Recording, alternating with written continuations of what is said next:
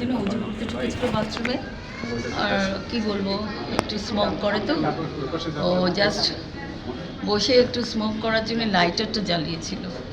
সেই মুহূর্তেই একটা বিরাট আওয়াজ হয়েছে এবং ব্লাস্ট হয়ে পুরো দগ্ধ হয়ে গেছে।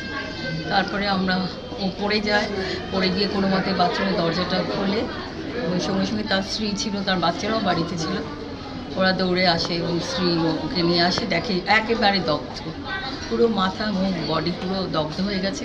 তা বড় ছেলে এখন মালয়েশিয়ায় পড়ে, ও এসেছে, ও তাড়াতাড়ি 21 বছর বয়স, ও তাড়াতাড়ি অ্যাম্বুলেন্স কল করেই আমাকে কল করেছে, কারণ আমি ওর পাশে রোডে থাকি, ও 23 নম্বরে থাকে, আমি 25-এ।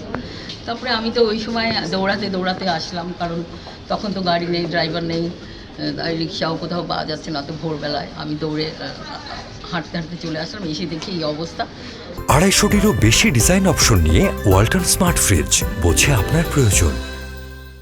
চিৎকার করছে, হসপিটালে ওকে অ্যাম্বুলেন্সে ঢোকানো হলো, আমরা সবাই অ্যাম্বুলেন্সে করে ওকে বার্ন ইউনিটে নিয়ে আসলাম। এখন ডক্টররা দেখছেন, মেডিকেল বোর্ড হচ্ছে, খুব স্পেশাল কেয়ারে ওকে দেখা হচ্ছে। আপনাদের কাছে, সকলের কাছে, সাংবাদিক ভাই বোন যারা এসেছেন, আপনাদের সকলের কাছে এবং দেশবাসীর সকলের কাছে আমি তার সুস্থতা কামনা করছি। আপনারা সবাই দোয়া করবেন, ও যেন সুস্থ হয়ে যায়। একটা মাত্র ভাই আমার, কাজী সব্যসাচীর পুত্র বাবুল কাজী সব্যসাচীর পুত্র এবং কাজী নজরুল ইসলামের নাতি।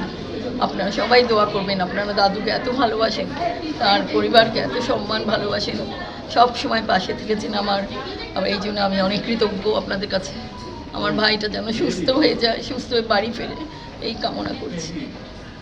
ডাক্তাররা বলেছেন, ডাক্তাররা যেটা বলছেন যে আমরা এখন কিছু বলতে পারছি না,